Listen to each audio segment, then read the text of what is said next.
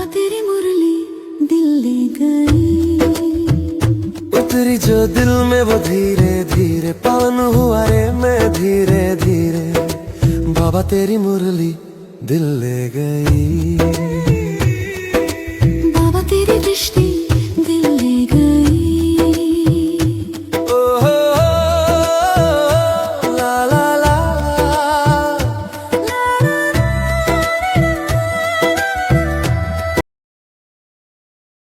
ओम शांति।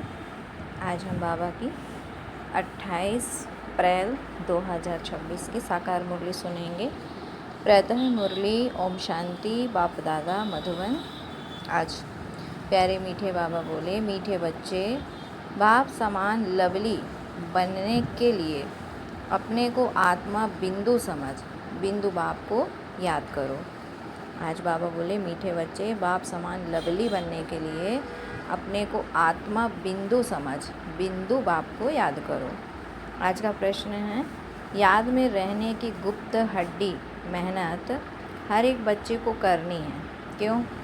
याद में रहने की गुप्त हड्डी मेहनत हर एक बच्चे को करनी है, क्यों?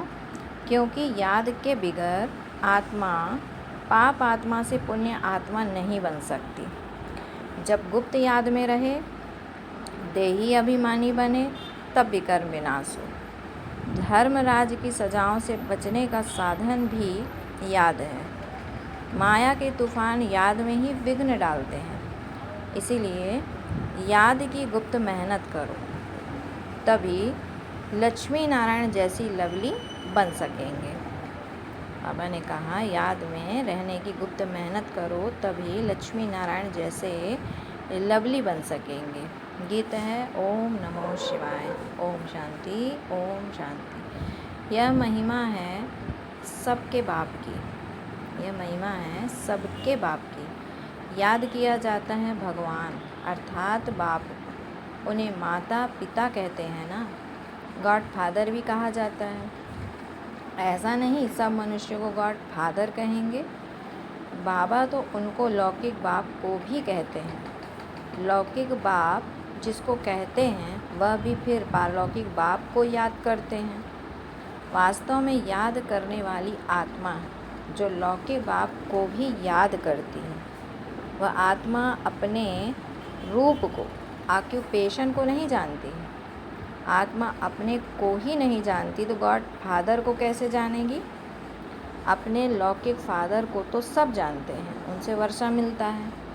नहीं तो बाबा कहते याद क्यों करें? पारलौकिक बाप से ज़रूर वर्षा मिलता होगा। कहते हैं ओ गॉड फादर, उनसे रहम क्षमा मांगेंगे, क्योंकि पाप करते रहते हैं। यह भी ड्रामा में लूंद है। परंतु आत्मा को जानना और फिर परमात्मा को जानना, यह डिफ़िकल्ट सब्जेक्ट है। इजी ते इजी और डिफ़िकल्ट ते डिफ़िकल्ट। पर कितना भी साइंस आदि सीखते हैं, जिससे मून तक चले जाते हैं, तो भी इस नॉलेज के आगे वह तुच्छ है। अपने को और बाप को जानना बड़ा मुश्किल है। जो भी बच्चे अपने को ब्रह्मा कुमार कुमारी कहलाते हैं, वह भी अपने को आत्मा निश्चय करें। मैं आत्मा बिंदी हूँ, हमारा बाप भी बिंदी है, यह भूल जाते हैं। यह है डिफ़िकल्ट सब्जेक्ट। अपने को आत्मा भी भूल जाते तो बाप को याद करना भी भूल जाते। देही अभिमानी बनने का अभ्यास नहीं है। आत्मा बिंदी है, उनमें ही 84 जन्मों का पार्ट नुंधा हुआ है। जो मैं आत्मा भिन्न भिन्न शरीर ले पार्ट बजाती हूँ, यह घड़ी घड़ी भूल जाता है। मुख्य बात यह समझने की है कि आत्मा और परमात्मा को समझने के सिवाय बाकी नॉलेज तो सबकी बुद्धि में आ जाता है। हम 84 जन्म लेते हैं, सूर्यवंशी चंद्रवंशी बनते हैं। यह चक्र तो बहुत सहज है, समझ जाते हैं। परंतु सिर्फ चक्र को जानने से इतना फ़ायदा नहीं है जितना अपने को आत्मा निश्चय कर बाप को याद करने में फ़ायदा है। मैं आत्मा स्टार हूँ, फिर बाप भी स्टार अति सूक्ष्म है, वही सदगति दाता है। उनको याद करने से ही विकर्म विनाश होने हैं। इस तरीके से कोई भी निरंतर याद नहीं करते। देही अभिमानी नहीं बनते हैं। घड़ी घड़ी यह याद रहे, मैं आत्मा हूँ। बाप का फरमान है कि मुझे याद करो तो विकर्म विनाश होंगे। मैं बिंदी हूँ, यहाँ पाठधारी आकर बना हूँ। मेरे में 5 विकारों की कट चढ़ी हुई है। आयरन एज में है, अब गोल्डन एज में जाना है। इसलिए बाप को बहुत प्यार से याद करना है। इस रीति बाप को याद करेंगे तब कट निकल जाएगी। यह है मेहनत। सर्विस की लबार तो बहुत मारते हैं। आज यह सर्विस की बहुत प्रभावित हुए, परंतु शिव बाबा समझते हैं कि आत्मा और परमात्मा के ज्ञान पर कुछ भी प्रभावित नहीं हुआ है। भारत हेवन और हेल कैसे बनता है, 84 जन्म कैसे लेते हैं, सतो रजो तमो में कैसे आते हैं, सिर्फ यह सुनकर प्रभावित होते हैं। परमात्मा निराकार है यह भी समझ जाते हैं। बाकी मैं आत्मा हूँ, मेरे में 84 जन्मों का पाठ भरा हुआ है। बाप भी बिंदी है, उनमें सारा ज्ञान है, उनको याद करना है। यह बातें कोई भी समझते नहीं। मुख्य बात समझते नहीं हैं। वर्ल्ड की हिस्ट्री ज्योग्राफी की नॉलेज बाप ही देते हैं। गवर्नमेंट भी चाहती है कि वर्ल्ड की हिस्ट्री ज्योग्राफी होनी चाहिए। यह तो उनसे भी सूक्ष्म बातें हैं। आत्मा क्या है, उनमें कैसे 84 जन्मों का पार्ट है, वह भी अविनाशी है। यह याद करना, अपने को बिंदी समझना और बाप को याद करना, इससे विकर्म विनाश हो। इस योग में कोई भी तत्पर नहीं रहते हैं। इस याद में रहे तो बहुत लवली हो जाए। ये लक्ष्मी नारायण देखो कितने लवली हैं। यहाँ के मनुष्य तो देखो कैसे हैं। खुद भी कहते हैं हमारे में कोई गुण नहीं, हम जैसे मलेच्छ हैं। आप स्वच्छ हैं। आप अपने को आत्मा निश्चय कर बाप को याद करें तब सफलता मिले, नहीं तो सफलता बहुत थोड़ी मिलती है। समझते हैं हमारे में बहुत अच्छा ज्ञान है, वर्ल्ड की हिस्ट्री ज्योग्राफी हम जानते हैं, परंतु बाबा कहता है योग का चार्ट नहीं बताते हैं। मुश्किल कोई हैं जो इस अवस्था में रहते हैं, अर्थात अपने को आत्मा समझ बाप को याद करते हैं। बहुतों को अभ्यास नहीं है। बाबा समझते हैं कि बच्चे सिर्फ ज्ञान का चक्र बुद्धि में फिराते हैं। बाकी मैं आत्मा हूँ, बाबा से हमको योग लगाना है, जिससे आयरन एज से निकल गोल्डन एज में जाएंगे। मुझ आत्मा को बाप को जानना है, उसकी याद में ही रहना है। यह बहुतों का अभ्यास कम है। बहुत आते भी हैं, अच्छा भी कहते हैं, बाकी उनको यह पता नहीं पड़ता कि अंदर कितनी कट लगी हुई है। सुंदर से श्याम बन गए हैं, फिर सुंदर कैसे बने यह कोई भी नहीं जानते। सिर्फ हिस्ट्री ज्योग्राफी जानने का काम नहीं है। पावन कैसे बने, सज़ा ना खाने का उपाय है सिर्फ याद में रहना। योग ठीक नहीं होगा तो धर्मराज की सजाएं खाएंगे। यह बहुत बड़ी सब्जेक्ट है जिसको कोई उठा नहीं सकते। ज्ञान में अपने को मियाँ मिट्ठू समझ बैठते हैं, इसमें कोई शक नहीं है। मूल बात है योग की। बाबा कहता है मूल बात है योग की। योग में बहुत कच्चे हैं, इसीलिए तो बाप कहते हैं खबरदार रहो। सिर्फ पंडित नहीं बनना है। मैं आत्मा हूँ, मुझे बाप को याद करना है। बाप ने फरमान दिया है मन मना भव, यह है महामंत्र। अपने को स्टार समझ, बाप को स्टार समझो, फिर बाप को याद करो। बाप का कोई बड़ा रूप नहीं सामने आता है तो देही अभिमानी बनने में ही मेहनत है। विश्व महाराजा महारानी एक बनते हैं जिनकी लाखों प्रजा बनती है। प्रजा तो बहुत है ना। हिस्ट्री ज्योग्राफी को जानना तो बहुत सहज है, परंतु जब अपने को आत्मा समझ बाप को याद करेंगे तब पावन बनेंगे। यह बड़ा डिफ़िकल्ट है। याद करने बैठेंगे तो तूफान बहुत विघ्न डालेंगे। कोई आधा घंटा भी एक रस हो बैठे बड़ा मुश्किल है। घड़ी घड़ी भूल जाएंगे। इसमें सच्ची गुप्त मेहनत है। चक्र का राज जानना सहज है, बाकी देही अभिमानी हो बाप को याद करना यह मुश्किल कोई समझते हैं और उस एक्ट में आते हैं। बाप की याद से ही तुम पावन बनेंगे। निरोगी काया बड़ी आयु मिलेगी। सिर्फ वर्ल्ड की हिस्ट्री ज्योग्राफी समझाने से माला का दाना नहीं बन सकते।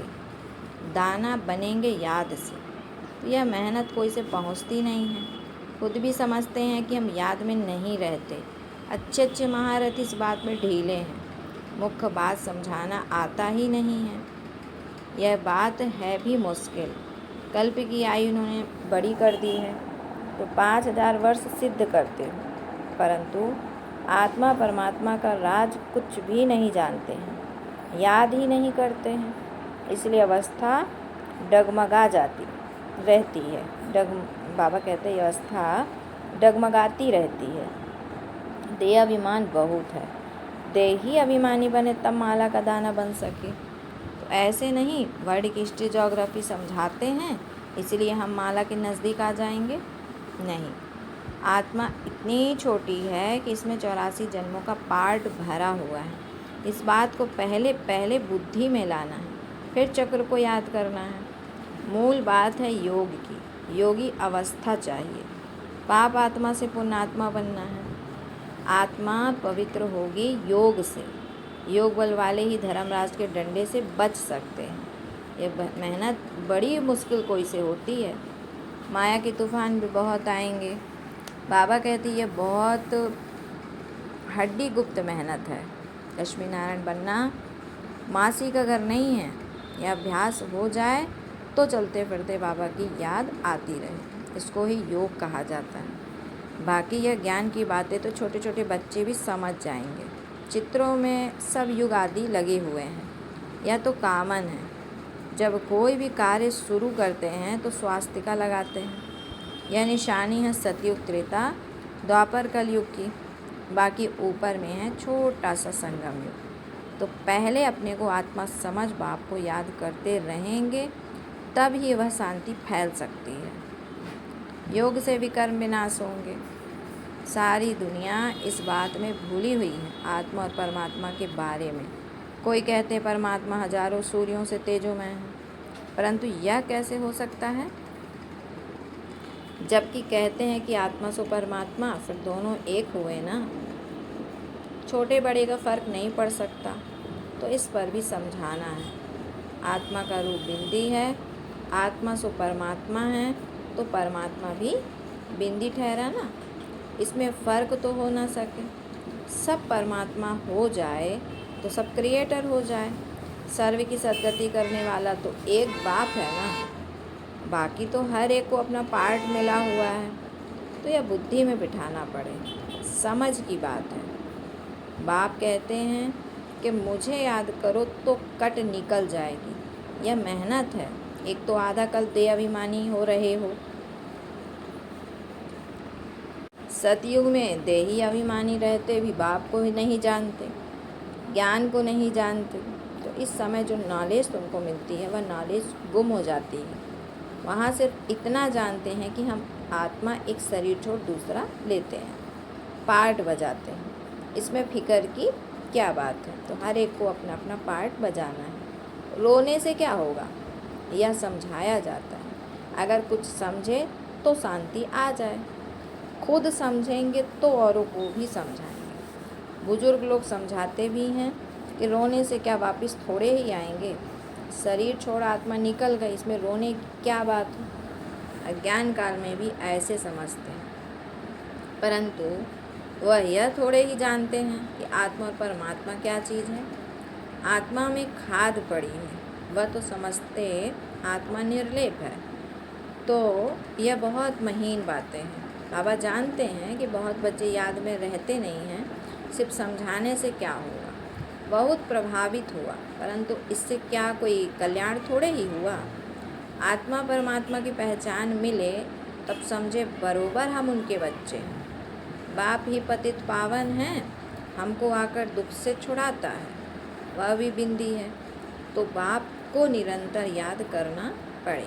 बाकी हिस्ट्री ज्योग्राफी जानना कोई बड़ी बात नहीं है, बल समझने के लिए आते हैं, परंतु इस अवस्था में तत्पर रहे कि मैं आत्मा हूँ, इसमें ही मेहनत है। आत्मा परमात्मा की बात तो तुमको भी बाप ही आकर समझाते हैं। बाबा कहते हैं इस सृष्टि का चक्र तो सहज है। जितना हो सके उठते बैठते देही अभिमानी बनने की मेहनत करनी। देही अभिमानी बहुत शांत रहते हैं, समझते हैं कि मुझे साइलेंस में जाना है, निराकारी दुनिया में जाकर विराजमान होना है। हमारा पार्ट अभी पूरा होगा। बाप का रूप छोटा बिंदी समझेंगे, वह कोई बड़ा लिंग नहीं है। बाबा बहुत छोटा है, वही नॉलेजफुल है, सर्व का सद्गति दाता है। मैं आत्मा भी नॉलेजफुल बन रहा हूँ। ऐसा चिंतन जब चले तब उच्च पद पा सके। दुनिया भर में कोई आत्मा और परमात्मा को नहीं जानते। तुम ब्राह्मणों ने अब जाना है, सन्यासी भी नहीं जानते, ना आकर समझेंगे। वह तो सब अपने अपने धर्मों में ही आने वाले हैं। सन्यासी बाबा कहते हैं कि वह तो सब अपने अपने धर्मों में ही आने वाले हैं, हिसाब किताब चुप चुप कर चले जाएंगे। तुमको ही यह मेहनत करने से बाप से वर्षा मिलेगा। अब फिर देही अभिमानी बनना है। दिल तो आत्मा में है ना, आत्मा को ही दिल बाप से लगाना है। दिल शरीर में नहीं है, शरीर के तो सब स्थूल आर्गन से हैं। दिल को लगाना यह आत्मा का काम है। अपने को आत्मा समझ फिर परमात्मा बाप से दिल लगानी है। आत्मा बहुत सूक्ष्म है। इतनी छोटी सूक्ष्म आत्मा पार्ट कितना बजाती है, यह कुदरत है। इतनी छोटी चीज़ में कितना अविनाशी पार्ट भरा हुआ है, वह कभी मिटने वाला नहीं है, बहुत सूक्ष्म है। तुम कोशिश करेंगे तो भी बड़ी चीज़ याद आ जाएगी। मैं आत्मा छोटा स्टार हूँ, तो बाप भी छोटा है। तुम बच्चों को पहले पहले मेहनत यह करनी है। इतनी छोटी सी आत्मा ही इस समय पतित बनी है। आत्मा को पावन बनाने का पहले पहले यह उपाय है। पढ़ाई पढ़नी है, बाकी खेलना कूदना तो अलग बात है। खेलने का भी एक हुनर है। पढ़ाई से मर्तबा मिलता है, खेल कूद से मर्तबा नहीं मिलता। खेल आदि की डिपार्टमेंट अलग होती है, उनसे ज्ञान व योग का कनेक्शन नहीं है। यह भोग आदि लगाना भी खेल है। मुख्य बात है याद की। क्या कहा शिव बाबा ने कि खेल आदि की डिपार्टमेंट अलग होती है, उनसे ज्ञान व योग का कनेक्शन नहीं है। ये भोग आदि लगाना भी खेल है। मुख्य बात है याद की। अच्छा, मीठे मीठे सिकिल दे बच्चों प्रति माता पिता बाप दादा का याद प्यार और गुड मॉर्निंग। रूहानी बाप की रूहानी बच्चों को नमस्ते। हम रूहानी बच्चों की रूहानी माता पिता बाप दादा को याद प्यार गुड मॉर्निंग और नमस्ते। फिर आज की धारणा के लिए मुख्य सार है। बाबा बोले कि धर्मराज की सजाओं से बचने के लिए याद की गुप्त मेहनत करनी है। धर्मराज की सजाओं से बचने के लिए याद की गुप्त मेहनत करनी है। पावन बनने का उपाय है अपने को आत्मा बिंदी समझ बिंदु बाप को याद करना है। दूसरा पॉइंट है ज्ञान में अपने आप को मियाँ मिट्ठू नहीं समझना है। एक रस अवस्था बनाने का अभ्यास करना है। बाप का जो फरमान है उसे पालन करना है। बाप का जो फरमान है उसे पालन करना है। फिर बाबा ने बच्चों को वरदान दिया कि हर कर्म करते हुए कमल आसन पर विराजमान रहने वाले सहज व निरंतर योगी भव। हर कर्म करते हुए कमल आसन पर विराजमान रहने वाले सहज व निरंतर योगी भव। डिटेल है, निरंतर योग युक्त रहने के लिए कमल पुष्प के आसन पर सदा विराजमान रहो। लेकिन कमल आसन पर वही स्थित रह सकते हैं जो लाइट हैं। किसी भी प्रकार का बोझ अर्थात बंधन ना हो। मन के संकल्पों का बोझ, संस्कारों का बोझ, दुनिया के विनाशी चीज़ों की आकर्षण का बोझ, लौकिक संबंधियों की ममता का बोझ। जब यह सब बोझ खत्म हो तब कमल आसन पर विराजमान निरंतर योगी बन सकेंगे। जब यह सब बोझ खत्म हो तब कमल आसन पर विराजमान निरंतर योगी बन सकेंगे। स्लोगन है, सहनशीलता का गुण धारण कर लो तो असत्यता का सहारा नहीं लेना पड़ेगा। सहनशीलता का गुण धारण कर लो तो असत्यता का सहारा नहीं लेना पड़ेगा। आज का अव्यक्त इशारा है, किसके संस्कार सरल मधुर होते हैं तो वह संस्कार स्वरूप में आते हैं। जब संस्कार बाप दादा के समान बन जाएंगे तो बाप दादा के स्वरूप सभी को देखने में आएंगे। जैसे बाप दादा वैसा हूबहू वही गुण, वही कर्तव्य, वही बोल, वही संकल्प अनुभव होंगे। सभी के मुख से निकलेगा यह तो वही लगते हैं। बाप समान स्टेज का बाबा ने प्रत्यक्ष स्वरूप बताया कि जैसे बाप दादा है वैसे हूबहू उनके गुण, वही कर्तव्य, वही बोल, वही संकल्प अनुभव होंगे। सभी के मुख से निकलेगा यह तो वही लगते हैं। ओम शांति, ओम शांति। बाबा तेरी मुरली दिल ले गई, उतरी जो दिल में वो धीरे धीरे पावन हुआ रे मैं धीरे धीरे। बाबा तेरी मुरली दिल ले गई, बाबा तेरी दृष्टि दिल ले गई। ओ हो, ला ला ला